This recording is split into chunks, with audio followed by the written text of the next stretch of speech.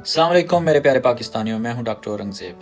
मेरे प्यारे पाकिस्तानियों, जिस डिफ़िकल्ट टाइम से हम लोग गुज़र रहे हैं, यहाँ पे मैं अपने चंद वाइज़ पर्सनैलिटीज़ को, जैसे डॉक्टर मुईद पीरज़ादा साहब, डॉक्टर शहबाज़ गिल साहब, सामी इब्राहिम साहब, साबिर शाकिर साहब, मैं इनको बहुत एप्रिशिएट करता हूँ, इनका शुक्रिया अदा करता हूँ। इन्होंने इस डिफ़िकल्ट टाइम में हमारी कौम को, हमारे पीटीआई के सपोर्टर्स को, पाकिस्तान के हकीकी जो मुहिब वतन है, जो पाकिस्तान से प्यार करने वाले हैं, उनको अप टू डेट रखा, एक अच्छे एनालिसिस के साथ, एक रियलिटी के साथ इन लोगों को अप टू डेट रखा। इन्होंने एक किस्म का जिहाद किया और कर रहे हैं, मैं इनका बहुत शुक्रिया अदा करता हूँ। अभी मेरे प्यारे पाकिस्तानियों, जिस तरह हम सब लोग खान साहब के साथ खड़े हैं, मैं आपको एक बात बताऊं कि इस तरह कोई नहीं खड़ा हो सकता, ठीक है? कोई नहीं खड़ा होता। ये सब आपको जो कहते हैं कि टर्किश अवाम टैंकों के नीचे लेट की थी, ऐसे हो गया था, बड़ी कुर्बानियां दी थी, ये हुआ था, वो, आप बहुत अच्छी तरह खड़े हैं। इसी तरह हम कंटिन्यू रखेंगे।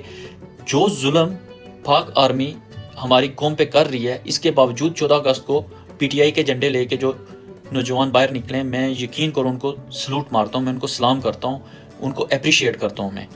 अभी ये जो आपको चूरन बेचा जा रहा है कि टर्किश अवाम जो टैंकों के नीचे लेट गई, उन्होंने पता नहीं क्या क्या कुर्बानियां दी, इसकी हकीकत मैं आपको बता दूं। इस व्लॉग में मैं सिर्फ आपको ये जो दो चीज़ें हैं, ये टर्की में जो वॉर जो पाकिस्तान में हुआ, मैं इसको कंपेयर करके आपको एक रियलिटी समझाता हूँ।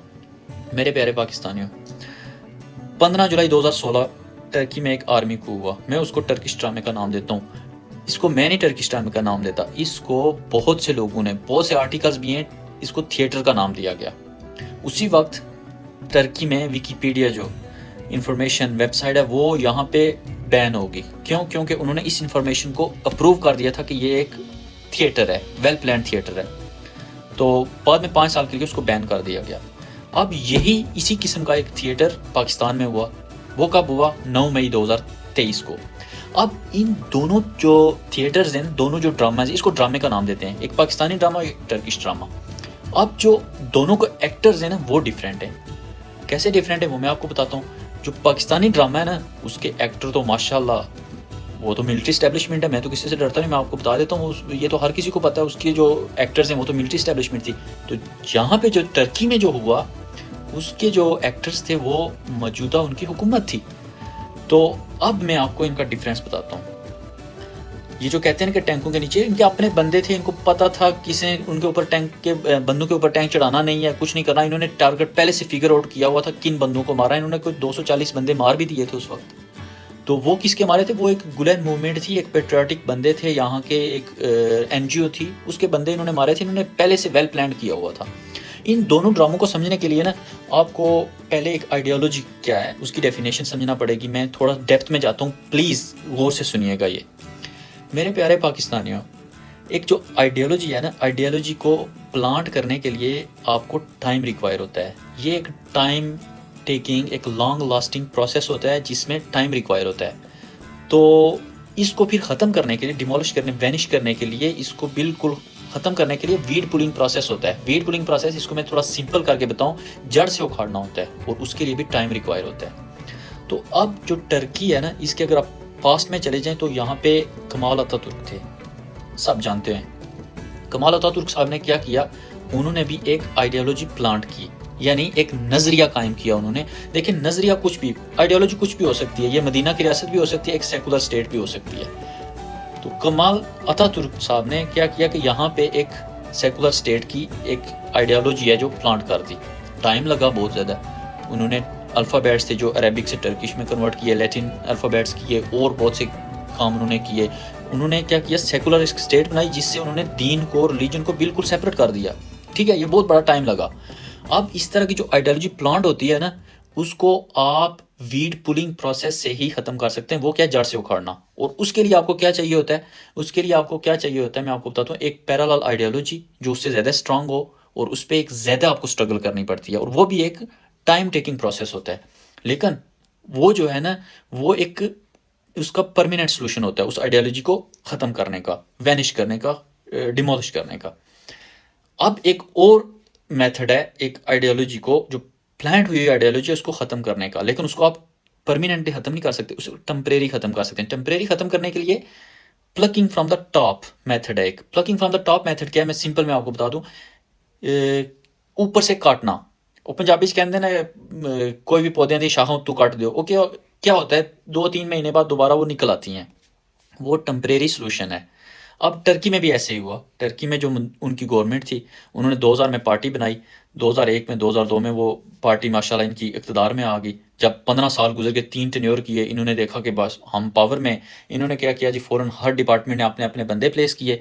बंदे प्लेस करने के बाद इन्होंने जब देखा कि पावर अपने हाथ में है, इन्होंने फ़ौरन 15 जुलाई 2016 फ्राइडे की नाइट थी, इन्होंने कहा कि सैटरडे संडे छुट्टी है। इन्होंने पहले से फिगर आउट किया किस किस को मारना है, किसको अंदर करना है, क्या करना है, किसने टैंक के नीचे लेटना है, किसने टैंक के ऊपर चढ़ना है। उस वक्त के जो चीफ ऑफ आर्मी स्टाफ थे उनको भी इन्होंने ख़रीदा। इन्होंने कहा कि ठीक है जी, आपको बाद में बहुत सी चीज़ों से नवाजा जाएगा, कि फ़ौरन बाद वो डिफेंस मिनिस्टर बन गए। आज भी वो मिनिस्टर हैं यहाँ के। तो हुआ यूँ कि इन्होंने फ़ौरन वो इम्प्लीमेंट किया।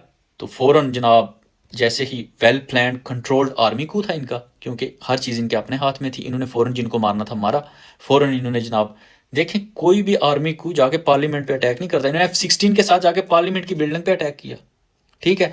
फिर कुछ बंदे टैंकों के आगे लेटे, उनके ऊपर टैंक वगैरह नहीं चढ़े, कुछ नहीं हुआ जनाब, झंडे लेके ये किया वो किया।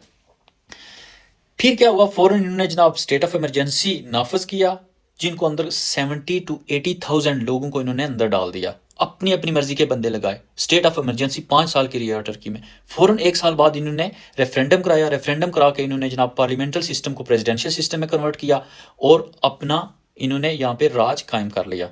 लेकिन उसके जो बैड इम्पैक्ट आना शुरू हो गए, रिसेंट इलेक्शन में इन्होंने बड़ी मुश्किल से जीते हैं, धांधली वांधली करके। और ये मेरा व्लॉग आप जहन में रखना, याद में रखना, 2-3 साल के अंदर अंदर वो जो प्लकिंग फ्रॉम द टॉप है ना, वो शाखें दोबारा निकल आएंगी और वो जो इनकी आइडियोलॉजी है वो बिल्कुल उसी तरह कंटिन्यू रहेगी, ठीक है। लेकिन क्या हुआ, इन्होंने टेम्परेरी उसको प्रेशराइज कर लिया। अब आते हैं पाकिस्तान। पाकिस्तान में जो हुआ 9 मई को, तौबा इस्तगफार। पाकिस्तान जो पाक आर्मी ने, यकीन करें कि कोई दुश्मन ना करे, कश्मीर में ये जो मुसलमानों के साथ ऐसा नहीं होता, जो जुल्म इन्होंने अपनी कौम के साथ किया। आप यकीन करें, हम शुरू से हमें कहते आ रहे हैं कि इंडिया हमारा दुश्मन है। इंडियन आर्मी हमारे साथ, हमारी कौम के साथ ऐसा जुल्म ना करे जो पाक आर्मी ने किया है। आप यकीन करें, इनके सामने, इनके टैंक के नीचे कोई लेट के दिखाए, ये तो उसे कुचल जाए। ये तो अपने मुल्क की माओ बहनों को नहीं इन्होंने माफ़ किया, सबको अंदर डाला। तो ये देखें, ये एक रियलिटी है, इसके एक्टर्स डिफरेंट हैं। और ये जो आइडियोलॉजी पाकिस्तान में है ना, ये एक मदीना की रियासत पे खान साहब ने 27 साल से स्ट्रगल करके उस आइडियोलॉजी को प्लांट किया है, ठीक है। और वो आइडियोलॉजी तो एक सेकुलर स्टेट भी नहीं है, वो तो एक मदीना की रियासत है। तो वो आइडियोलॉजी को डिमोलिश करना, उसको वैनिश करना, उसको आप वीड पुलिंग, क्या वो तो वीड पुलिंग भी नहीं कर सकते, ये प्लकिंग फ्रॉम द टॉप करने की कोशिश कर रहे हैं, वो तो वीड पुलिंग भी नहीं आप कर सकते। खान साहब खुद कह रहे हैं कि आप मुझे एक अल्टरनेटिव दिखा दें, आप मुझे एक मैप दिखा रहे हैं जिस पे आप पाकिस्तान को आगे लेके जाते हो, मैं पीछे हट जाता हूँ खुद। लेकिन इनके पास कोई अल्टरनेटिव ही नहीं है, इनके पास कुछ भी नहीं है। तो वो उस आइडियोलॉजी को कभी ये ख़त्म नहीं कर सकते। तो ये मैं खुशखबरी सुना दूँ मेरे पाकिस्तानियों, आप जो मर्जी हो जाए, आप खुद देखें, जो खान साहब के सपोर्टर थे उनमें कोई कमी आई है, आपका कोई वोट चेंज हुआ है। फिर इन्होंने क्या किया, ये अनवार उल हक साहब जो इन्होंने आके केयर टेकर प्राइम मिनिस्टर बना दिए, क्या 2-4 इंग्लिश के वर्ड बोले, जनाब बड़ा डिसेंट बंदा है, बड़ा पढ़ा लिखा बंदा है, ये वो खान साहब का अल्टरनेटिव हो सकता है। आप ये भूल जाएं, आप ये भूल जाएं, जो खान साहब ने एक टाइम लेके एक आइडियोलॉजी प्लांट की है, उस आइडियोलॉजी को आप ना तो वीड पुलिंग प्रोसेस के साथ उसको ख़त्म कर सकते हैं और ना ही उसको प्लकिंग फ्रॉम द टॉप, किसी तरह भी वो आइडियोलॉजी आप ख़त्म नहीं कर सकते।